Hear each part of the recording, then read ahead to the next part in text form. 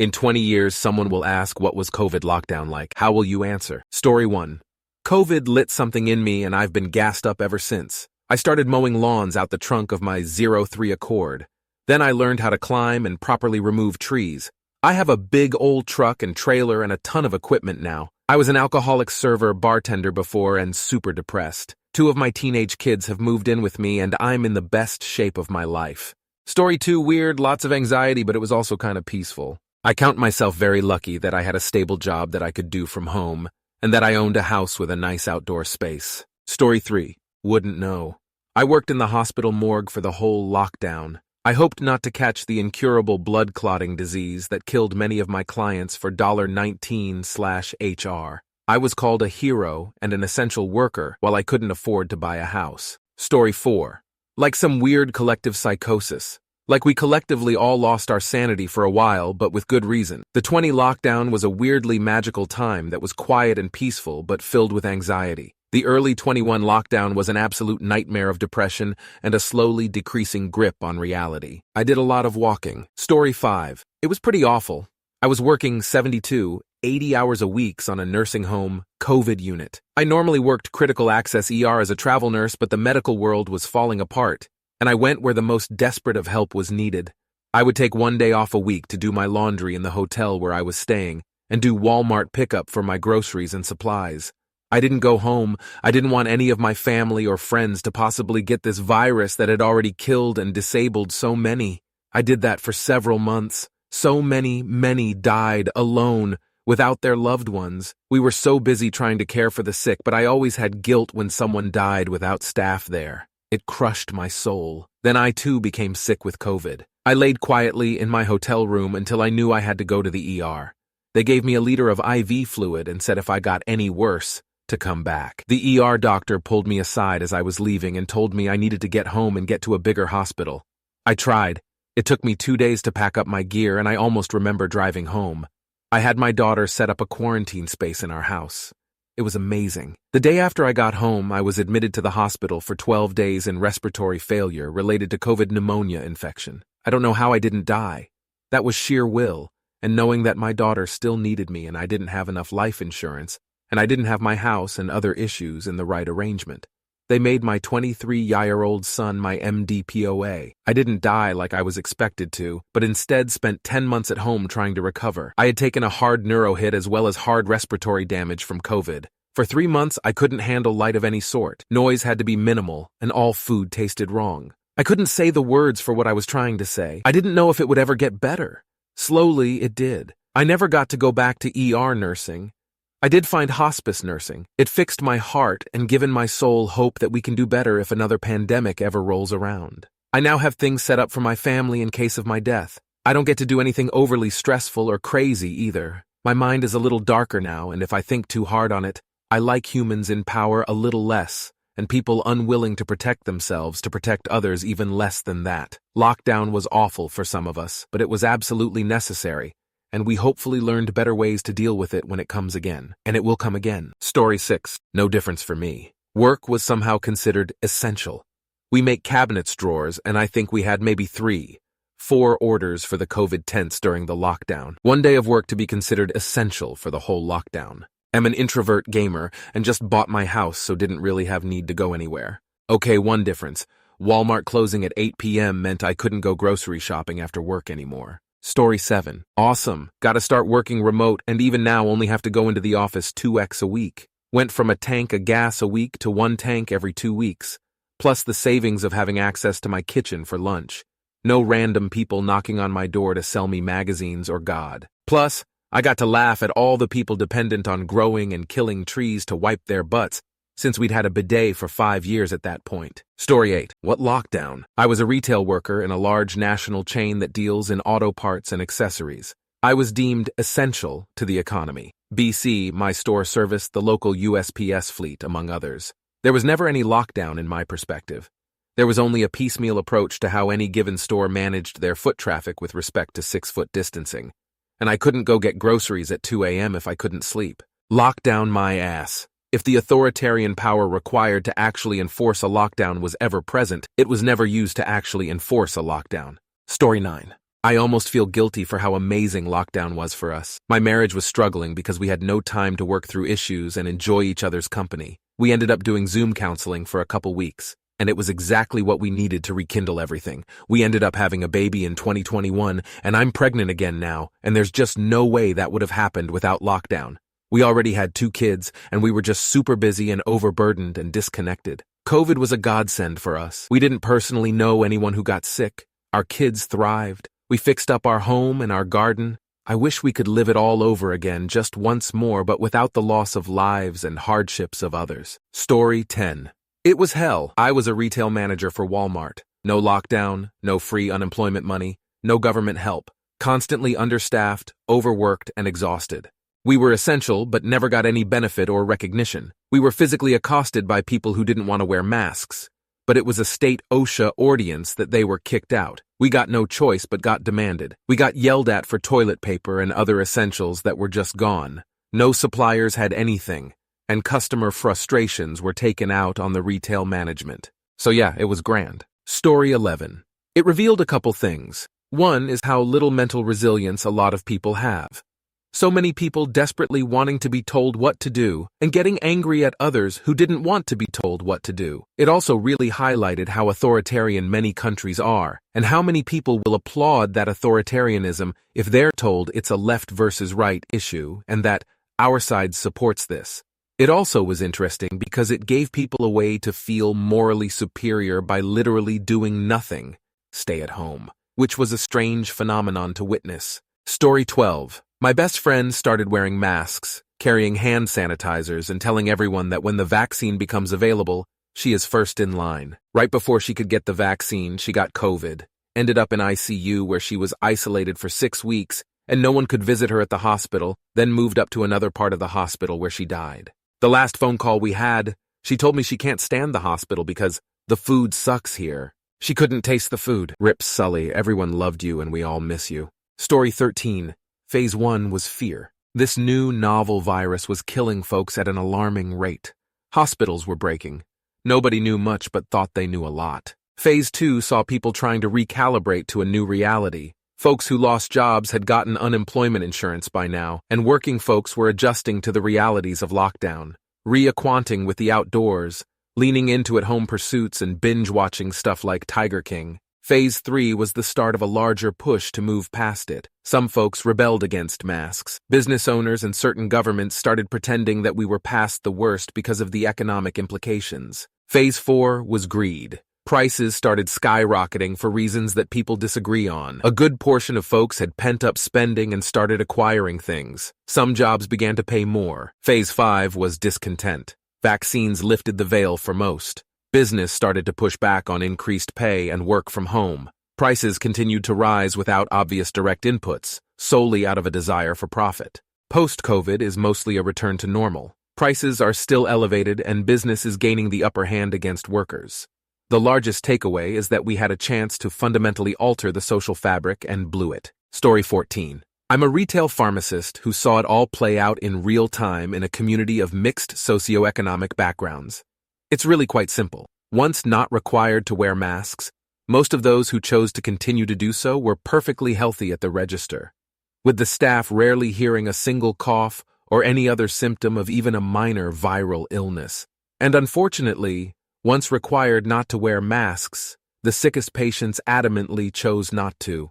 I love being an American with the many freedoms we enjoy as much as anyone else, but the amount of times I could feel the momentum of someone's cough hit my own face while counseling them on their Paxlovid was astounding. I just know why we stayed a mess as long as we did. Lack of common sense and human decency. Story 15. That was the time that society abandoned all support for families. There were 4 of us, including 2 preschool kids, living in a 2-bedroom apartment. Somehow we also were expected to both work remotely at full-time jobs while watching young children. The only way to get through it all was to knuckle down, put all of my personal needs, dreams, etc.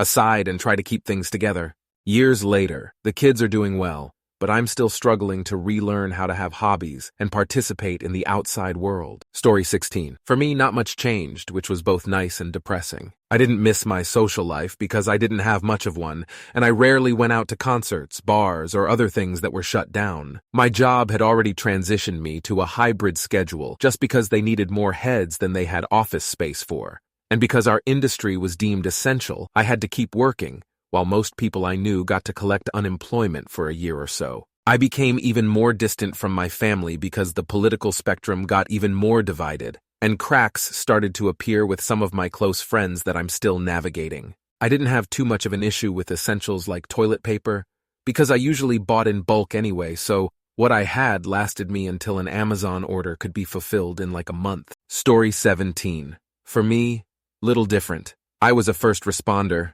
essential personnel. Though the university I work at was mostly shut down, someone had to mind the store. We had protocols for dealing with resident students. We had dorms designated for people who tested positive. So I went to work every day, and we got our vaccinations as soon as they were available. My main hobby is fishing, the perfect social distancing activity. Hey, this is my spot. The main problem was finding various goods at the stores. Story 18.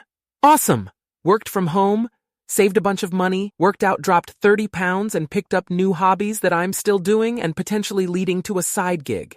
Ended up getting a short-term lateral move at work and then a promotion as well. It was basically due to addition by subtraction, because the bad workers in my office became readily apparent when they weren't able to succeed without others around, resulting in my stock rising dramatically because of my knowledge and efficiency widening the gap between us. Story 19 half-assed. It was just strong enough to do some good in a handful of states, but completely pointless, since a bunch of other states were pretty much allowed to apparently go full-on Nurgle worship and either pretend it wasn't happening or pretend it wasn't a problem. Ask someone from New York, and they'll talk about working from home and learning to bake bread. Ask someone from Mississippi, and they'll either get angry you think COVID is real or be like, lockdown. We had a lockdown. When was that?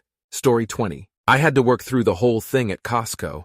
I can tell you that I encountered some of the most vile, nasty people in those days, like the 80-year-old who, upon being notified that he would still have to wear a mask after our state governor ended the mandate because it was company policy on our private property. His response, "Feck you and your policy," or the young woman who was about my age calling us sheep.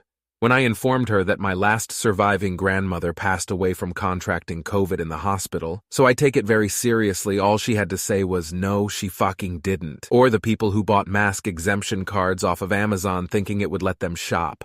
But the real people with health issues that prevented them from wearing a mask would be happy to show their signed doctor's notes and not cause a fuss. The best days, though, were when people tried to return all the products they hoarded, leaving none for everyone else, and management were waiting at the door to turn them away, and they flipped out. It was hilarious. Story 21. The irrefutable proof that there are no adults in the room. Most governments and populations got it wrong, and in the UK, politicians held parties and had holidays whilst normal people couldn't attend weddings/funeral/be with loved ones during their dying moments. Medical staff were not protected due to unfettered and unhidden PPE and policy corruption. Our Prime Minister said, "Let the bodies pile high," whilst holding parties at number 10. Everyone got sucked deeper into Kanon and anti-vax. Everyone selfishly hoarded soap, loo roll, and essentials. Our government ignored the science. An unelected civil servant psychopath gave our PM their orders because the PM was a lying, scared buffoon. People were either completely ignorant or blind panicked without rationalizing the situation. The largest transfer of wealth from the poor, more so than 2008, to the rich happened through various bailouts in the UK, and nobody questioned how this would be managed in the future. UK death toll and economic impact was unnecessarily catastrophic. Our government got away with literal and figurative murder and has not been held accountable. Story 22. First, it was lonely. All the time I spent not interacting with people actually had a very noticeable adverse effect on my social skills moving into the post-COVID world. I still have not fully recovered from it, though I'm generally okay. You also got to see, in such a visceral way, how little solidarity there was between people. So many people were focused on furthering their own individual impulses and preferences at the expense of the greater community. It honestly disgusted me to see how people acted. There were so many people who were outright offended at the idea that they should do anything for another person's benefit. Story 23. At the time, pure panic and not wanting to see my phone except once a day and not to see news alerts, washing groceries, putting alcohol on my hands constantly. Retrospectively, however, the memories have become peaceful. Many memories of being home with my family doing puzzles, watching Tiger King, gardening, going for spring walks, not hearing as much traffic, supporting local restaurants with lots of takeout orders, etc. I'm very lucky compared to all those who passed and continue to be sick from it. Story 24. What can be said that hasn't already been said? Both a whole unique and yet common horror shared by us all. Sorta. When it started, I wanted to be someone that my folks, my friends, and strangers could hold on to. I, of course, was able to still be vulnerable. I would wake up in a panic every morning, dreading the daily updates from my governor and then our idiot-in-chief. At first, it re-strengthened my bonds with many friends. Somewhere around Tiger King did the cracks in our psyche start to show. Moments of utter hell and hope. That's the best way to describe it. Story 25. I'm guessing this is going to be some 12-year-old relative covering it in their world history class or something. So keeping the audience in mind. It was scary. There were a lot of unknowns. We went from business as usual to everyone is dangerous overnight. We got told we were essential workers and had to adapt to working from home, and really random things were hard to come by. People freaked out a bit and hoarded toilet paper. People got violent over being told to wear a mask and help prevent others from getting sick. People claimed that vaccines were the government trying to control us rather than a reasonable step to help people stay healthy. That being said, there was also a weird sense of community. We checked in on neighbors, and when we got sick, we had friends and neighbors get groceries for us and leave them on our doorstep, and they refused to take payment. We shared what we had when we could. A friend got yeast from a bakery that was shutting down for good and doled out little baggies of it like we were dealing drugs. It was scary and weird, but we learned a lot, and there were super uplifting moments in the mix too. Story 26. As a doctor working in the hospital, I was going over my account passwords and important information to make sure my family had it available in case I died. At first, I slept in the basement at home to avoid accidentally spreading COVID to my family. Would shower and change right away and got some ultraviolet phone cleaner devices. Would eat meals separately. At work, I wore an N95 and surgical mask on top of that almost the entire time. It was laborious having to don protective gowns, gloves for every room. Frequently, there would be someone admitted on 23L of O2 and feel perfectly fine then. All of a sudden, over the course of the night, they're requiring 15L, then going to the ICU, all while not even feeling bad or short of breath even. Thankfully, the ivermectin COVID denier folks weren't really that bad, but we did have to tell a few of them that it was against policy to give them ivermectin or hydroxychloroquine Plaquenil. The only time I gave a patient Plaquenil was because the patient was on it for RA. Story 27. At first it was unnerving, then kind of exciting, then peaceful, then incredibly isolating. Shortages began due to greedy people stockpiling. Toilet paper and bulk canisters of Lysol wipes were hoarded and resold to desperate people at alarming rates. People would ban pots and pans at 7 p.m. from their balconies to thank healthcare workers.